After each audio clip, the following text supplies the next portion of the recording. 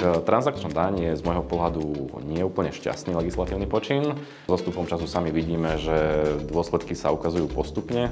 Transakčná daň je pre nás konkrétne a myslím si, že pri e-commerce všeobecne naozaj disproporčne neférová daň. Robíme veľké množstvo malých transakcií, či už je to vrátenie peňazí zákazníkom za vrátený tovar, prípadne platby dodávateľom na dennej báze. Transakčná daň by sa čím skôr mala zrušiť. Vnímam ju ako daň, ktorá vlastne nie je úplne priamo naviazaná na zisk. Že príde mi veľmi taká neférová a v podstate demotivujúca pre slovenských podnikateľov. Navyše teda ju znevýhodňuje v podstate slovenské firmy voči zahraničným subjektom. Tým, že transakčnú daň platia len slovenské e-shopy, tak častokrát aj vďaka tomuto vlastne majú zahraničné subjekty, ktoré na Slovensku podnikajú, oveľa lepšiu konkurenčnú výhodu. Slovenské e-shopy proste s tou ziskovosťou si nemôžu úplne vyskakovať, tak toto vnímam ako nejakú ďalšiu vec, ktorá im ešte vlastne z tej konečnej marže uberá.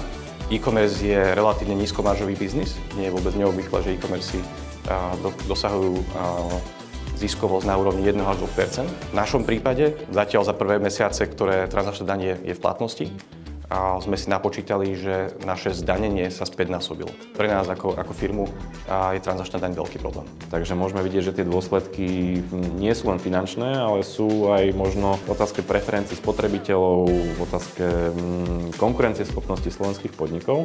Takže v tomto smere transakčnú daň vnímam možno ako ideálny príklad toho, ako funguje podnikateľské prostredie na Slovensku. Jednoducho, ako sa podnikateľom viacej vytvárajú prekážky k podnikaniu, než aby sa im rozväzovali ruky, aby mohli slobodne tvoriť pridané hodnoty.